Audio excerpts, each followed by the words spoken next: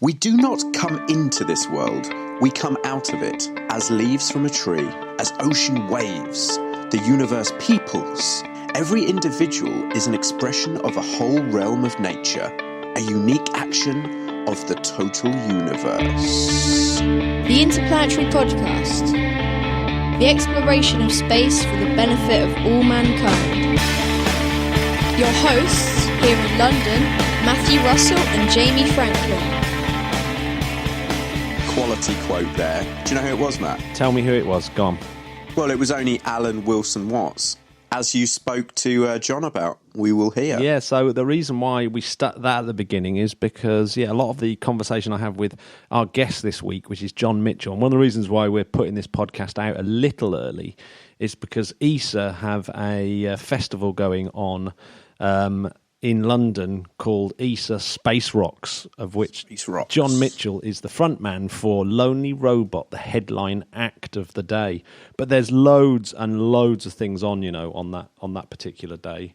Brian May's going to be there. It's going to be awesome. Yeah, Tim Peake's going to be there. Our mate Tim. Charlotte Hatherley is going to be playing. From the band Ash. Yeah. Formerly of the band Ash, I should say. Exactly. And Arcane Roots as well. The mighty Arcane Roots, great band.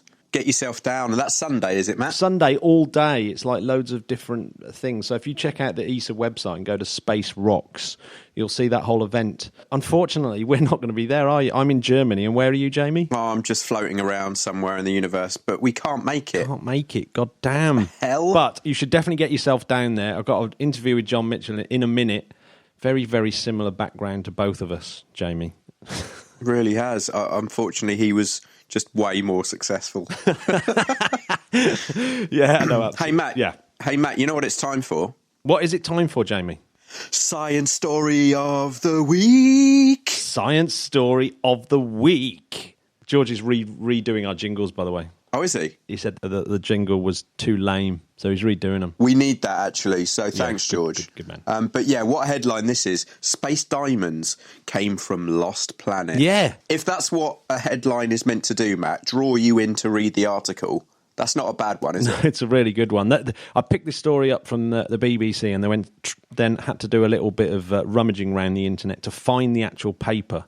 So the actual paper this is from is one called "A Large Planetary Body Inferred from Diamond Inclusions in a Uranite Meteorite" by Farhang Nabiel et al. Oh, bang. Bang.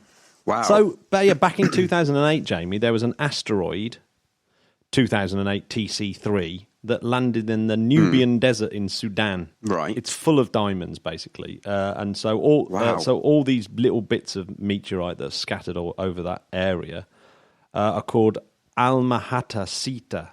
This study, one of its conclusions is that all of this particular type of meteorite come from a single planetary body.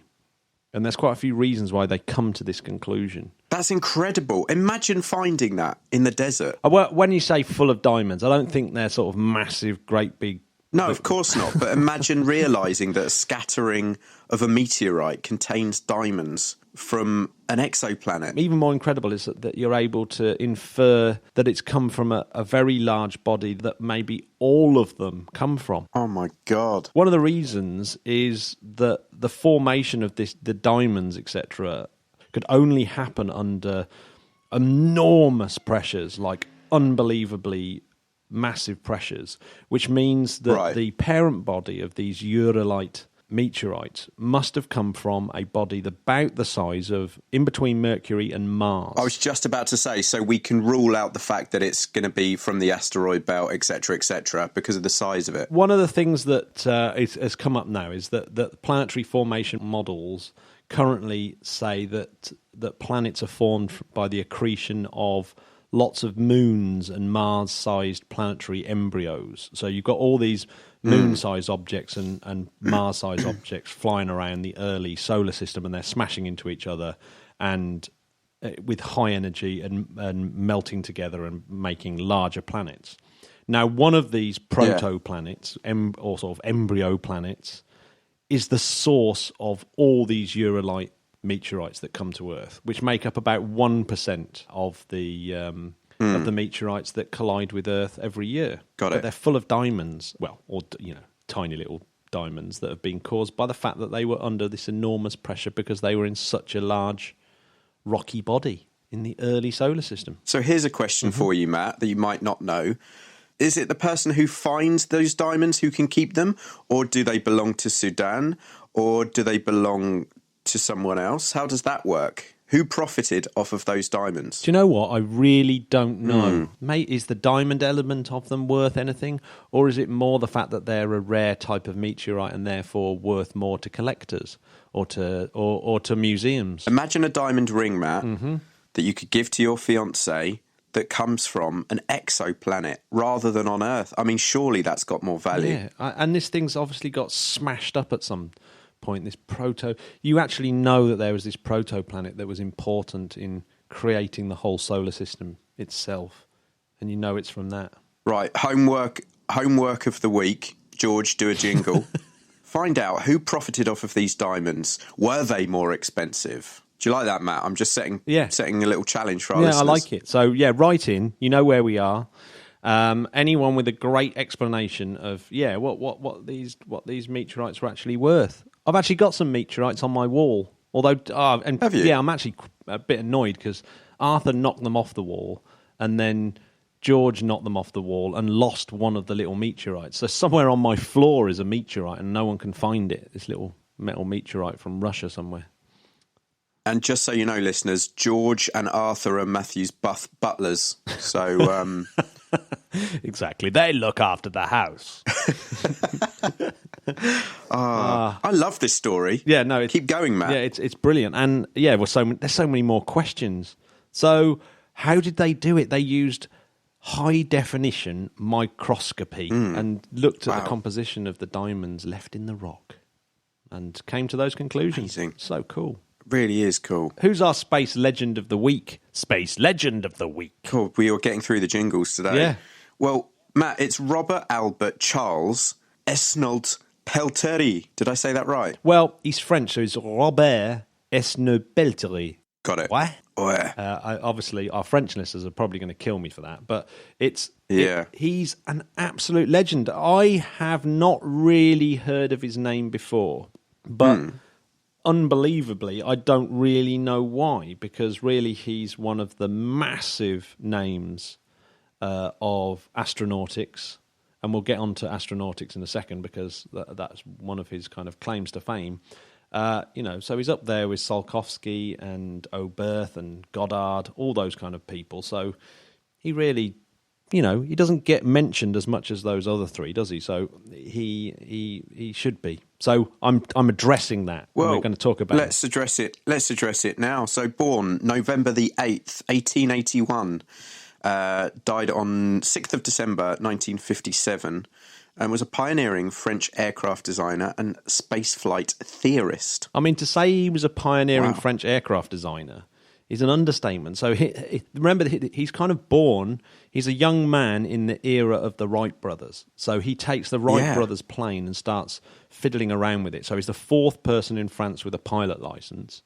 But get this, he invented the joystick. So that way of flying an airplane, he actually invented it.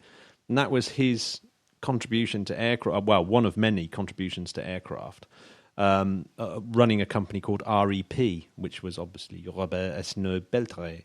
And I love that it went on to make him rich due to the royalties on military aircraft in World War II. So everyone was like, well, we need a joystick. Well, you've got to pay Robert. Yeah, well, he only got it afterwards. He had to get that via the courts. He's like, well, everyone's using my joystick. It's my invention. So it made him incredibly rich. And then he turned to his other passion, which was space travel. And space travel at the time was a joke. Everyone treated it as a joke. And but he could see that there was a science in there. And he produced a paper in 1913. And I downloaded it, and it's really, really brilliant. And it's called Considération sur les résultats d'un enlargement en défini des moteurs, which that's very thanks. good. Yeah. I think that's terrible, but it probably sounds almost right. Consideration of the results of the unlimited lightning of motors. Now, for those astute amongst you, you'll realise that essentially is the rocket equation. And so he published the rocket equation in 1913, completely unaware of Tsiolkovsky's work in 1903. So Tsiolkovsky was 10 years ahead, but no one knew about it because obviously it was in Russia, so no one was paying much attention. And he also proposed using atomic energy as a form of propulsion. And his major paper was L'Astronautique, which was published in 1930. But before he got there, in 1927, he'd done his little rocket equation work, and then him and André Louis Hirsch and a science fiction writer called J.H. Rosny sat round and thought, what are we going to call the science of rocketry and space and everything? And J.H. Rosny came up with astronautics.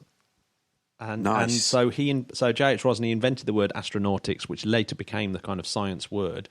Annoyingly for André Louis Hirsch, he came up with cosmonautics, which of course gets used as well. But they plumped for astronautics, and so the very first time astronautics is used is in on page 64 of another paper written by Robert, and this was the Symposium for the French Astronomical Society.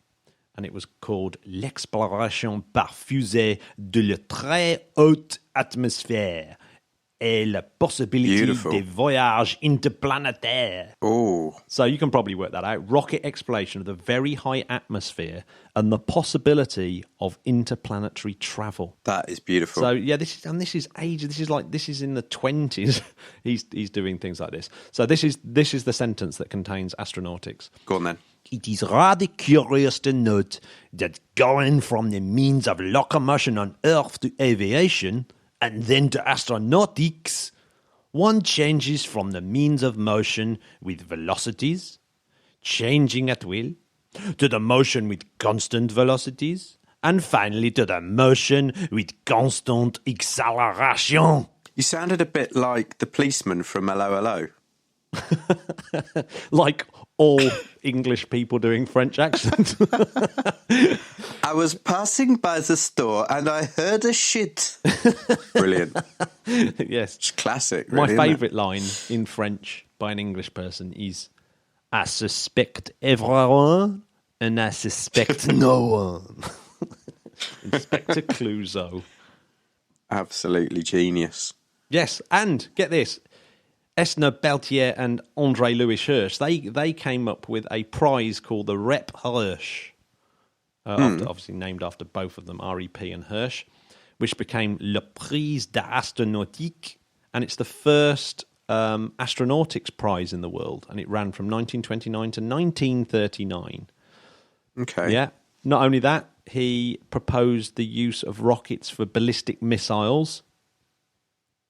So that was, soon going to become true, and that was back in 1929.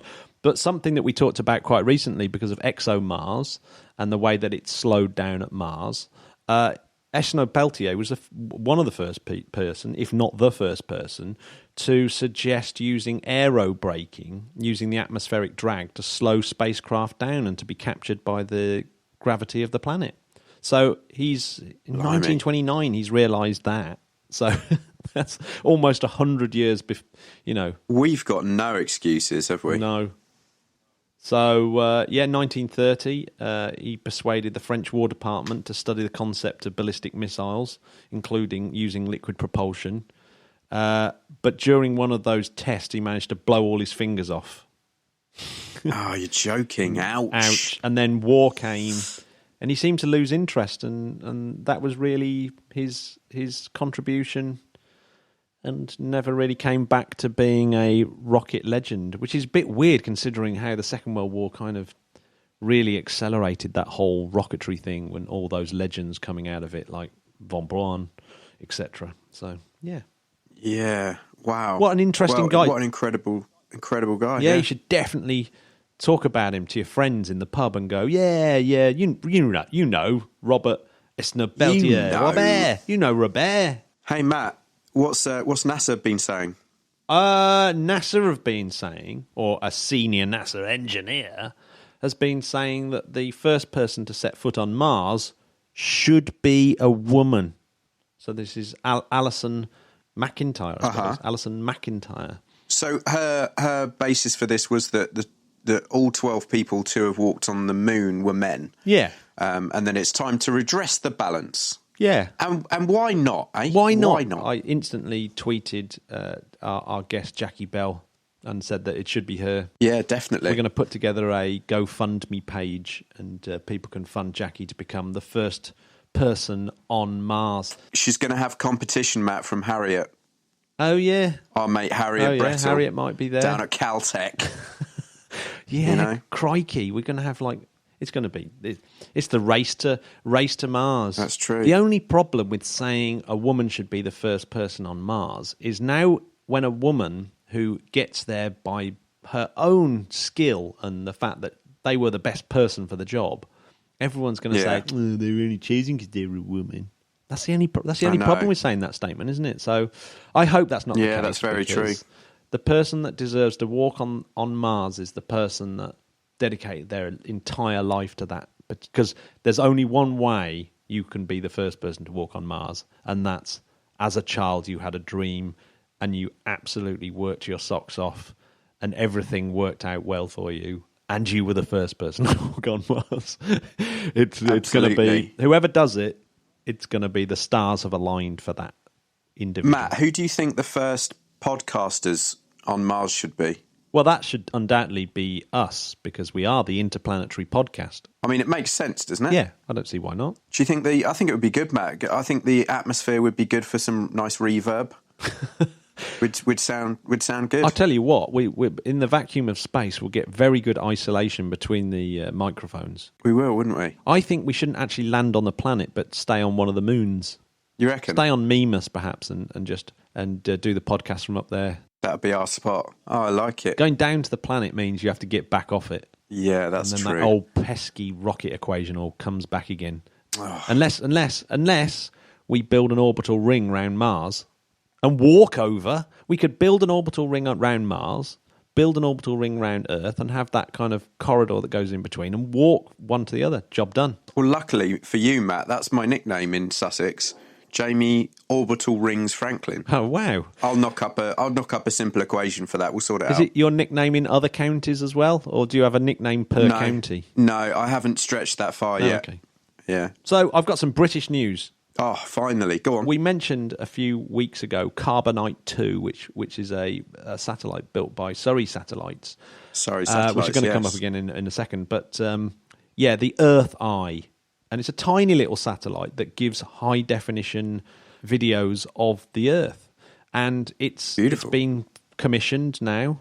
And to celebrate, Earth Eye have released some brilliant videos. Do you know what they've videoed? Dubai Airport, Buenos Aires, Puerto Antofagasta, Rio de Janeiro, Diego Garcia, and Mumbai Airport. Isn't Diego Garcia a person, Matt? Yeah, she's just very, very large so they can see him. That's a hell of a camera.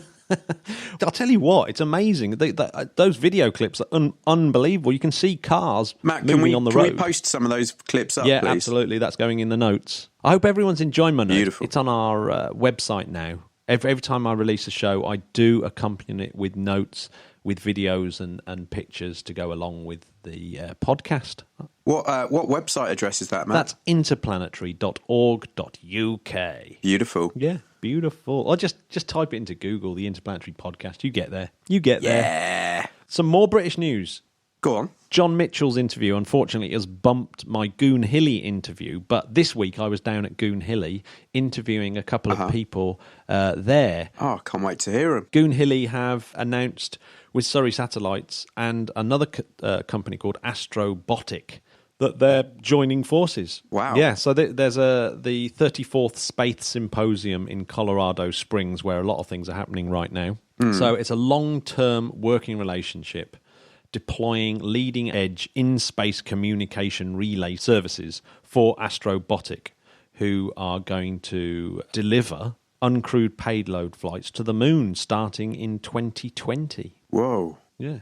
That is sweet. So, yeah, those three companies, Astrobotic, Surrey Satellites, and Goonhilly, are clubbing together to make that Good all work, feasible. guys. So it's going to be absolutely amazing. So the CEO of Goonhilly, Ian Jones, said, "The solutions resulting from this partnership will underpin the development of commercial as well as space agency operations on and around the moon. We are confident that with our combined expertise, resources and vision, together we will perform a pivotal role in enabling organisations of all kinds to benefit from the opportunities in space and on the moon." Bosh. Boom. And yeah, so if you listen to my interview next week with Eddie Search from Goonhilly, you'll learn how they actually communicate with satellites. That's from a there. good name as well, isn't Eddie it? Search, yeah. Particularly considering, Eddie he Search. actually searches for satellites using Antenna 6 at Goonhilly, which we went inside and he told us all about how everything worked. It was incredible, or incredible, I need to get down one as day. Robert would say. Beautiful. Brilliant. At that same space symposium, Orbital ATK have named their new rocket, and it's going to be called Omega, or Omega. Right. I prefer the first one. Well, it's Amiga, but it's like Amiga with a capital A at the end. Omega. Was that the first watches on the moon, Matt? It's a make-of watch, isn't it? Yeah. Was it the first watch that an astronaut wore On the moon? into space or on the moon? Yeah, I think forget. it is. I think they are. I'll look into that. They were the official watches of the Apollo mission. But I believe there we go. there was another watch that Mitchell took to the moon, I think. I can't remember. There's some story there. Yeah. Nice. So yeah, a bit like the Atlas V, I suppose. So it's going to be tested next year in 2019. So that should be exciting. Also, at that particular event, we had Stratolaunch say that their first flight's going to be this summer. Stratolaunch. That's a name, isn't it? The Stratolaunch. Paul Allen from Microsoft, or formerly of Microsoft, using it's the largest wingspan of any plane ever. 128 meters. So yeah, the videos of Stratolaunch taxiing down the runway are incredible. It's basically just looks like two massive jumbo jets tied together in the middle. That's nuts. Yeah, it is. They are absolutely massive. But yeah, they're going to be launching Pegasus XLs from underneath this summer, apparently. Which I'm finding hard to believe that if they're only sort of taxiing along the runway, I'd be surprised if I see that. Well, that's very exciting. And I'll tell you what else is exciting, Matt. Mm-hmm. SpaceX. Never heard of them. Well, Matt, you're going to have to do an extra shot, unfortunately. Officially announcing that SpaceX will start production was Mayor Eric Garcetti, Mayor of LA, that the production development of Big Falcon rocket was going to be at the port of LA. Wow. How sick is that? Yeah, so he's made that official announcement that BFR is going to be made in LA, and that's going to be really cool, isn't it, when that starts? The vehicle holds the promise of taking humanity deeper into the cosmos than ever before. Certainly holds the Incredible promise of stuff. it. Holds the promise of it. Elon Musk, drink. Drink. Get it down, you son. Right. Beautiful. Putin's been out there as well. Despite What's he what's saying? been going on in the world, there's these are little nuggets of hope. Thursday, April the 12th, was Yuri Gagarin's first person to go into orbit around the Earth. So to celebrate, there is Cosmonautics Day in Russia. Wicked. And so Putin made a few speeches. He did actually mention the tensions between Moscow and the West. But he did point out that that's not going to jeopardize the international space projects like the Lunar Orbital Platform Gateway, LOPG. And he said, do you want to do it? Do you want to do a Putin impression?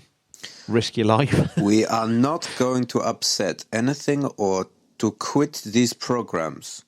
We are determined to complete them. We have partners in the exploration of Mars and the Moon. The United States, Canada, Japan, and the European Union. Wow. It's a good impression, Was it? Jamie. Yeah, I sort of veered into German, I think, a little bit. Yeah, you veered into all sorts of places. Sorry, Poots. How about this one? A moon orbiter will come first. Then modules on the moon itself will emerge. At least that is what the plans are. I hope they will come true. Yeah, Death. not sure about that one. Yeah, good. No. Good. So hopefully, Jamie, by the time this podcast goes out, we'll have seen the launch of Tess on a Falcon 9. Please. And hopefully we'll have seen Electron launch as well. Well, I think it's going to be a good time for everyone. And early next week, we should see, and Sentinerds out there, get ready for this, hopefully we'll see Sentinel-3B being launched on a rocket with a Breeze M upper stage. That is huge news. And Matt, I know you've got a space fact for me. Well, no, before we get to space fact, let's listen to my interview with John Mitchell. Oh, well, let's put it in. Do you want to do that? So, yeah, John Mitchell, just so you know, he maybe, I guess a lot of people will know him from It Bites, but yeah, he's played with loads of different people. Jethro Tull's Martin Barr, he's played with him. He's played with John Wetton. He's produced people like You, Me at Six and Enter Shikari and Kids in Glass Houses. Enter Shikari, Grandad. Oh, God. Lower the Atlantis. So he's basically an unbelievable producer, as well as a great frontman of several great bands.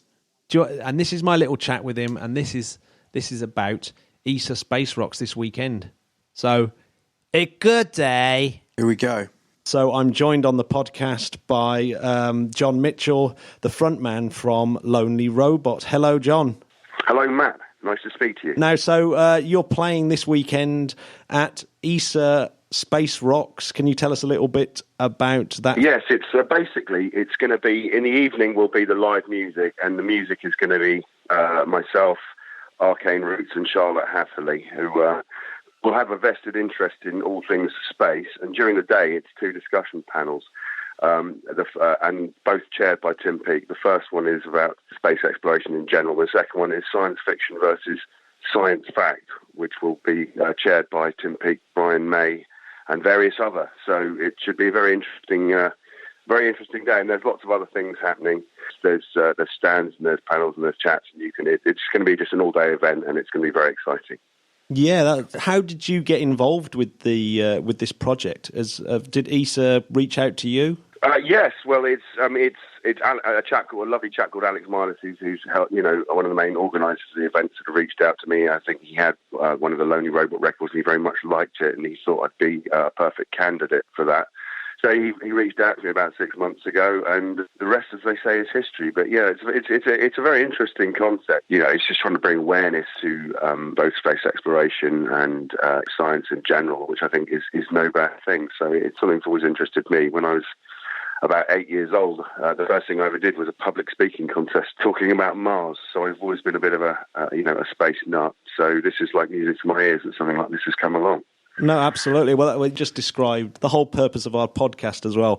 You've just said that you were a space nerd at a very, very young age. Have you always been a space nerd? Have you followed the whole space exploration thing all your life? Yeah, absolutely. I mean, I think I've got more books on the subject of space exploration and every angle. Who Built the Moon, I think, is one of the last books I bought, although I'm not particularly convinced about validity of the subject matter. But yeah, ever since I was a kid, I've had in fact, if you come around my house, it's literally wall-to-wall science fiction, science fact books, and I've got two telescopes set up and ready to go in my back garden at all times. Certainly about 2 weeks ago, we had a clear day, and I was busy photographing the moon. So it's something that sort of weighs deeply in my life, and it's always resonated with me. I mean, I spent more time in the library at school when I was a kid, reading up on all things to do with the solar system, and I think anybody had a right to do. So while some of the minutiae of the facts and figures have disappeared over the years, I mean, I at the time I was like a sponge and I just absorbed it all, but it's certainly something that's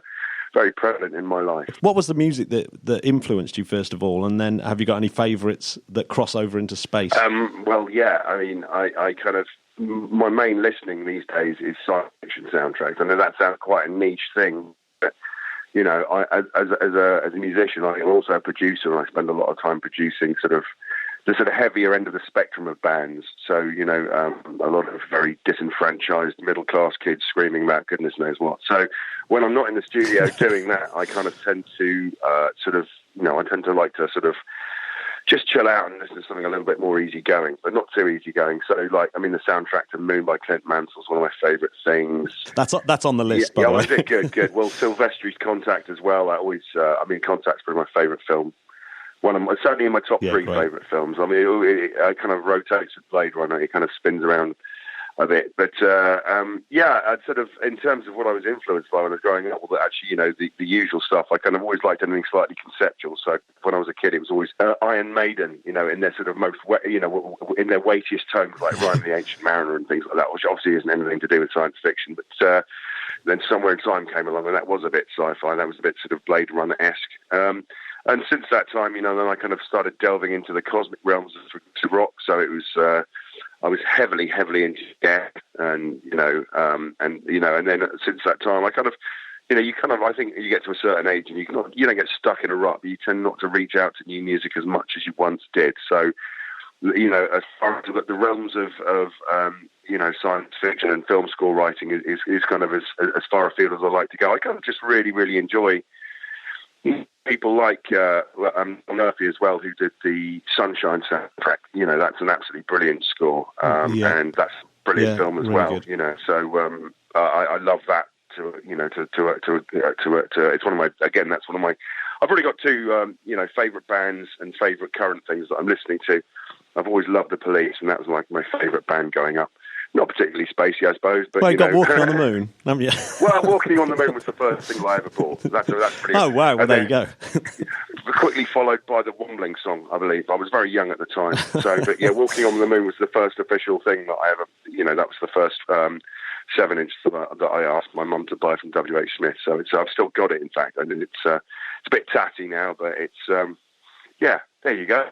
That's a nice segue, isn't it? So, yeah, Somewhere in Time was actually my second gig I ever went to. Oh, was it? Yeah.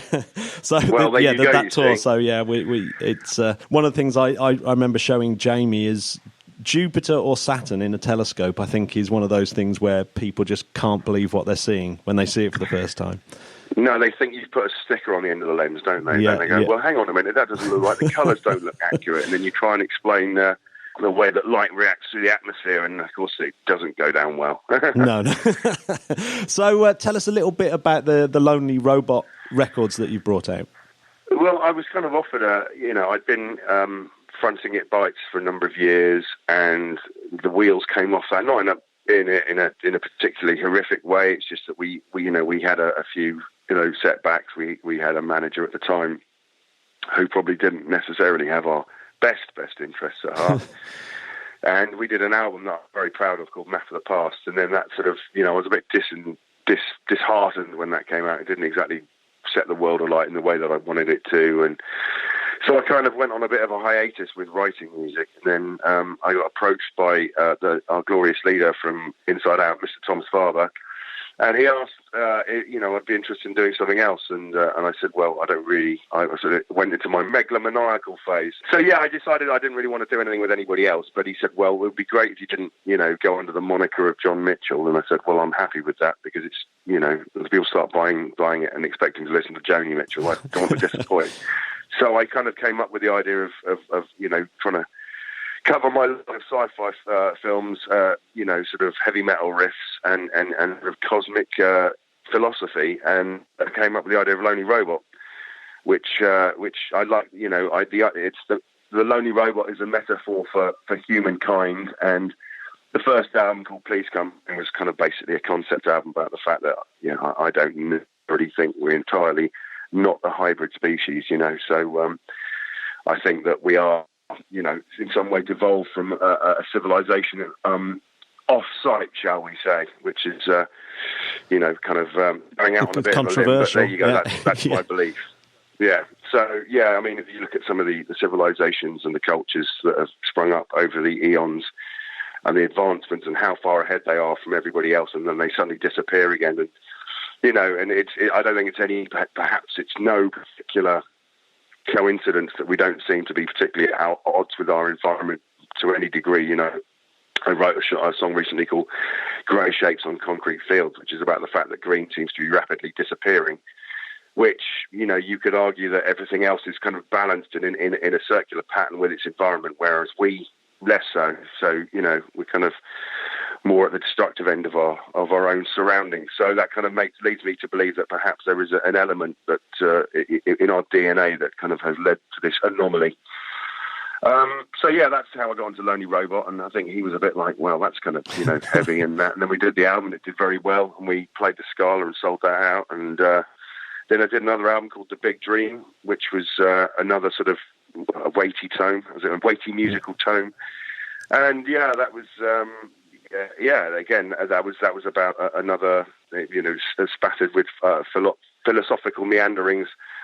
It's about the idea of the solipsistic haze, whereby we're all kind of are we inside somebody else's dream, which was another kind of another lightweight observation. But that's where we're at. And then of course here we are, and about to start the third one, and I got asked to do this, so we've come full circle, and Spacerocks came a knocking, and I said yes. Well, that just sounds like it's a marriage made in heaven. So the concept of this of the Lonely Robot, is it like an astronaut? From the lyrics I've read and kind of the reviews I've been reading, it's about an astronaut's journey through space. Is that roughly right? Or well, yes. I mean, as I say, that it's everyone goes, are you the astronaut? No, so, well, the idea is that the first album was called Please Come Home, which is where I'm kind of alluding to the fact that we probably should go back to wherever we as a race originated. So that's kind of what it's about, but use a singular vision of one person, an entity, the astronaut character who is trying to find his way back home. And the song Lonely Robot, and that's actually a nice reference to being sort of abandoned on Mars. It's kind of, it goes off on various different tangents, but it doesn't make sense to me in my head at least, which is good because it doesn't seem to make sense to anybody else, but it made sense to me at the time. It ties in nicely, doesn't it? Your first speech about Mars and then coming back to a lonely astronaut on Mars. Absolutely. What do you think about people like Elon Musk who are desperately trying to get us to Mars? Are you excited by the new space race? I think he's perhaps. I am excited, but I think his projections are somewhat flawed. I mean, I don't think you could argue that JFK's projections were flawed when he first made his grandiose statement way back when in 62, I think it was. You can, as a pioneer, or some people deride the guy, but certainly he has vision, and he has, he's got the finances to make it happen. I do think. What was his projected date that he thinks we're going to get? I think it's not too far down the line. I remember thinking, I'm sure that's a little bit unrealistic. People don't understand. I was chatting with Alex Miles about this the other day. People don't understand. They think, well, it's the next stop on from the moon. But if you look at it's difficult because when you're a kid and you look at, pictures of the solar system, and obviously you can't draw the solar system to scale. But, the moon's 245,000 miles away, and it's about a 7-day trip, whereas Mars is 6 months away, and the difference in distance and sort of endeavour are unfathomable. So I think that, yes, I'm very excited by it, but at the same time, I think he's being a little bit unrealistic, dare I say. Yeah, I always come up with the analogy of the Earth to the moon is like swimming across a river, and Earth to Mars is more like swimming across the Atlantic. Well, exactly. It's a completely different kettle of fish. The Elon Musk time frame is pretty much comedy in the old space world, I think.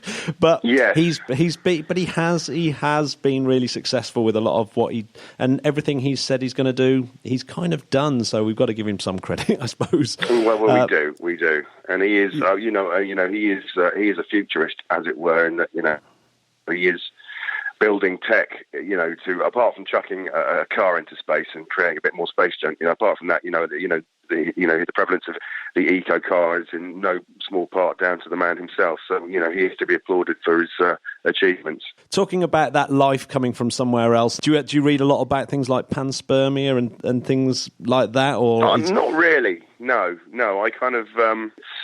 Alan Watts is, as I say, he was of a similar belief. It's old school. His worldview. He probably didn't originate here, but if you read a lot of, or on YouTube, check out a lot of his interviews. and he's the guy who did all the voiceovers on The Big Dream. So he's been quite prevalent in my sort of belief structure over the years. And he was quite forward thinking at the time. But he's kind of I've read a lot of text by him. He's one of the guys kind of who surmised that we might not be from here. But I haven't. Beyond that, I'm a bit of a Luddite, I'm afraid.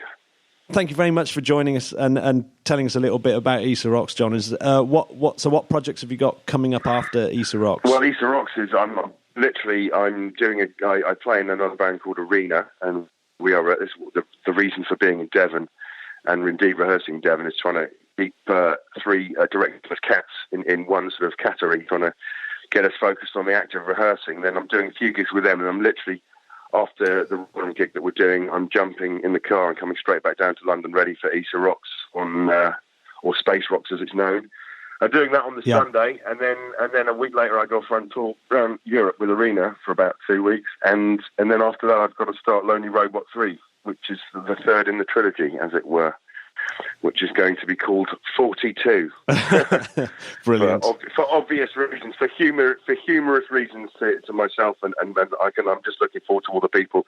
It's my sort of brown M&M kind of in the contract, kind of, the people are going to go, well, why is it called 42? Well, if you have to ask, you shouldn't be doing it. Excellent. Well, thanks very much. Thanks very much for having a chat with me. That's no problem at all, Matt. It's been a pleasure. He's just a lovely, lovely bloke. Super interesting and annoyingly talented. It's probably what he says about me. Once we were off air, he did mention how annoyed he was by your talents. Thanks to him, I've looked up that Alan Wilson Watts and learnt a little bit more about him. Yeah. So thanks for that, John. Great stuff. So get yourself down to the O2 on Sunday to see him in the flesh doing his thing. So Alan Wilson Watts. Yes. He kind of basically said that. Get this. This is quite a good sentence. He maintains that the whole universe consists of a cosmic self playing hide and seek. Lila hiding from itself, Maya, by becoming all the living and non-living things in the universe and forgetting what it really is. The upshot being that we are all it in disguise. Right. There's a line that he says that's very similar to a Carl Sagan line about we are the way that the universe knows itself. So I really like this quote as well. Through our eyes, the universe is perceiving itself. Through our ears, the universe is listening to its harmonies. We are the witness through which the universe becomes conscious of its glory, of its magnificence. Which I'm sure Carl Sagan then paraphrased many years later. They're wonderful quotes. As you say, sometimes a bit far out for me. But hey, Matt, it's not to say it isn't true. So yes, space fact, Jamie. Hit me. So often you see that space fact about how the sun is 99.9% of the mass of the solar system, right? Yes. So I was thinking about that and looked up this thing called planetary mass. And planetary mass is quite useful. So obviously, in the solar system, you've got other bodies in the solar system that are compared to the mass of the sun. But it starts to get a little bit ludicrous because the mass of the sun is just preposterous. So even Jupiter is only 0.09 the mass of the sun, 0.09% the mass of the sun. So tiny, while Earth is 3 millionths of a percent of the mass of the sun. So so it's not a very good measure. So when comparing planets amongst themselves, you usually use Earth masses as the standard for the terrestrial planets, and for gas giants you use and extrasolar planets you use Jupiter.